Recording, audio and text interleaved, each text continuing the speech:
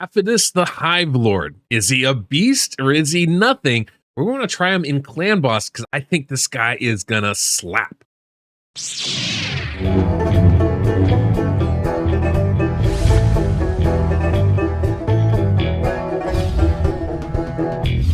Welcome, I'm the Deadwoodjedi. This is a Raid Shadow Legends video, obviously, and we are on the test server looking at Aphidus the Hive Lord. This guy is going to be really good for Clan Boss. This is what I wanted to showcase because I think he's just going to be a beast there. Real quick, I have done the runs for this already, and they are definitely impressive. You're going to want to see the damage this guy can put out there. But interestingly, I ran him first without any books, and he slaps, absolutely slapped. And then I realized I didn't book him. And so I was able to kind of even up his damage numbers even higher, taking out some of this, the accuracy that he had on himself. And he's just going to be a really good champion for you guys. It really comes down to some of the skills. Wait, before I get into that, I forgot. I got to tell you guys, you're probably wondering why parts of me are invisible. My mom got me this shirt. And so I was like, well, yeah, I'm going to wear it because, my mom got it for me and I really liked it and I appreciate it. And then I realized after recording this, hey, it's got some green in it. So yeah, I have some invisible parts because of that. But anyway, shout out to mom. Appreciate the shirt. And so it's going to get that out of the way right off the bat. But Aphidus, I think, is really, really good. And he's going to be an excellent champion. Now, his real big thing is his passive ability. And go into it in detail, but the big thing is, whenever his HP burn gets placed, he reduces the defense of the boss. Whenever his HP burn is on the enemy, he gets a little bit extra crit damage. And whenever it activates, he gets increased attack. The only champions that get increased attack over time are champions like Ninja, Varl the Destroyer, Xena, and it is incredibly powerful. And it's the same here. Incredibly, incredibly strong. So he's going to be great, but you do want that HP burn to land. One of the issues I actually have with this team that I built here, we're over debuffing the boss. So it's maybe going to give us better overall damage. But as far as a showcase for Aphidus, just keep in mind that this stuff can ramp even faster if you are cognizant of leaving room to land those debuffs. So just understand that even his total overall numbers, if I was to build this just for Aphidus, his numbers would probably be higher even if the teams were a little bit lower. So there's a lot of potential with this guy, and he does slap with his skills. His A3 lands an HP burn. What's great about it is if there's an HP burn already there, he'll activate it. If it's not, then he'll place it, which is really nice to have that kind of flexibility with that skill.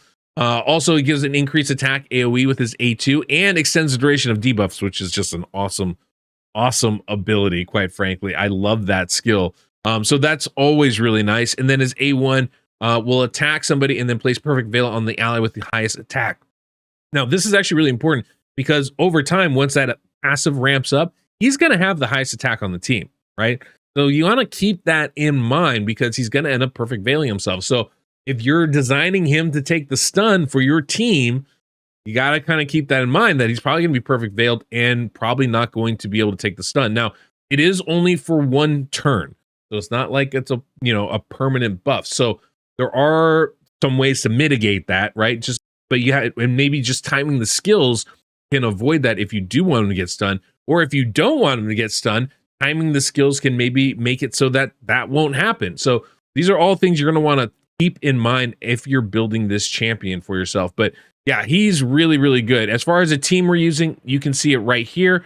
We're using, obviously the Hive Lord is going to be the main dude, but we've also got Eris, Draco, Seeker, and Demitha on this team. It's basically a modified Myth Fu without Fushan. The reason being is that we want Fushan, Fushan only brings decreased defense. I want to decrease defense and weaken. So I brought in Draco, but it doesn't mean the speeds are all way, way higher. Now, he's got 188 accuracy. That's going to be close to sufficient.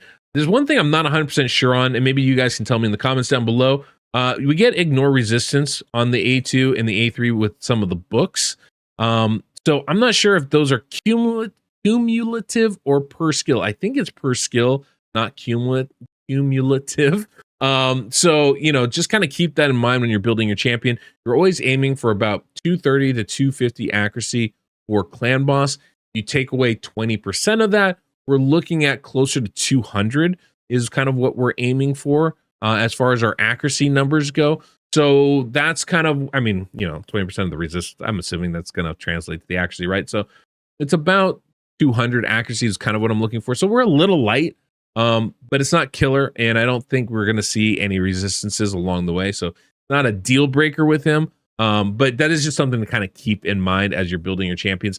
It definitely makes a difference if it's cumulative or if it's per skill. And I just don't know the answer to that. But anyway, that's enough of that. Let's go ahead. Let's jump in the run, see how he performs. Because, yeah, he's fun. Are you still not subscribed to my channel? What are you doing? Take a moment, hit that subscribe button, hit the notification bell so you don't miss the next video that I put out there. It's the easiest way to support my channel, and over half of you aren't doing it. Get at it. So as we jump in here, this is a full auto team. Like I said, it's a Myth-Fu squad without the Fushan. Real easy to kind of run this type of squad. But there you go. You can see that HP burn, right? Decreased defense and weaken 128,000 damage. Nothing crazy. You're like, this is whatever. Give him time. That's all I can say. 225 with that A2, and you notice he extends the duration of all those debuffs. That's really great for us right there. Because we're going so fast at HP burn, he's going to activate it. 274 with his A1. We haven't even ramped up the damage yet, guys. This dude can slap. Now, I mean, I have a Draco in there with similar kind of stats, and he's going to be hitting probably even harder just because Draco's kind of a beast himself. But Aphid is really good, way better than I was thinking before. Probably not top tier, not the top damage dealer, right? You're still going to get benefits from champions like Turvold and even Xena, are probably Ninja, obviously, are going to be doing more damage long term, but he can hit and can hit hard.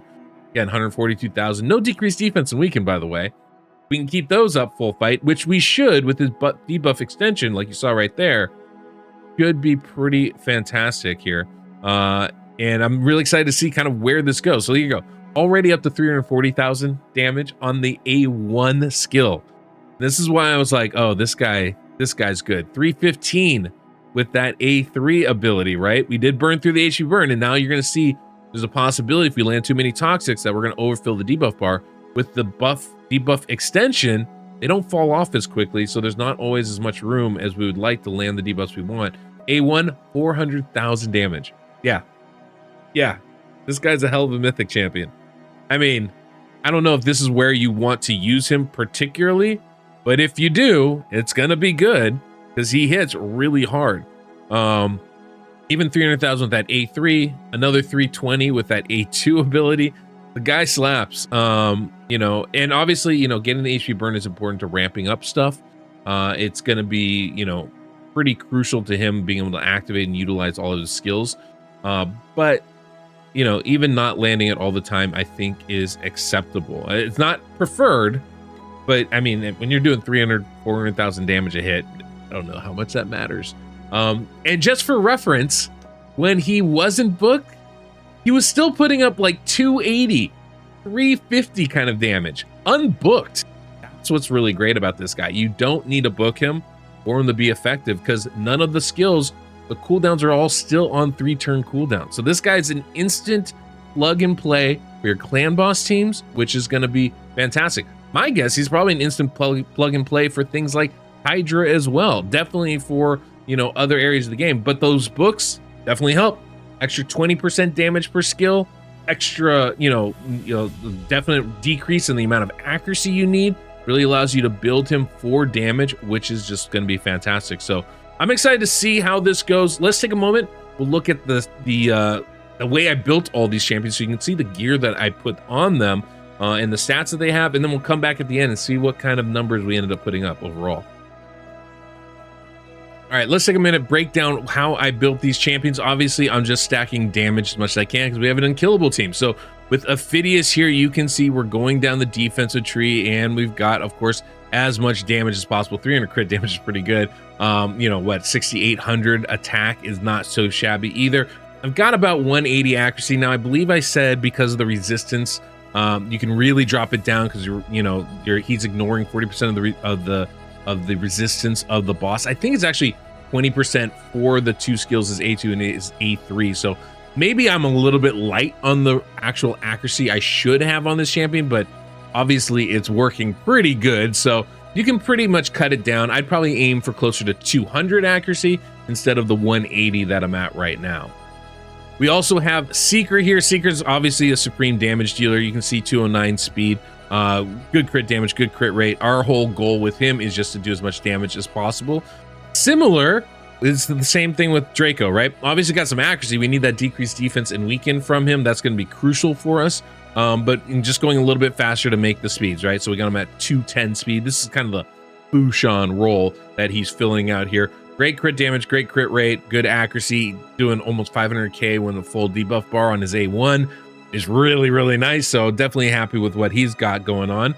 Eris here, we've got a toxic set happening, and I think that's really great. Obviously, it's gonna, add up the damage. Have her built with some good crit damage, not 100% crit rate, but it should be close enough where we're gonna benefit from that more than dropping the crit damage for a higher crit rate. So I went with the crit damage gloves, and it seems to be working out really nicely for her. She has a natural counterattack, so support tree's obviously the way to go with her. We also have Demitha here, and Demitha is, again, close to 100% crit rate, but at these speeds, this is just the best I could do. 315 is really fast. I mean, it's just really fast, but that's kind of what we needed to make this work in order to not have a speed aura and to be able to maximize the damage that we can do.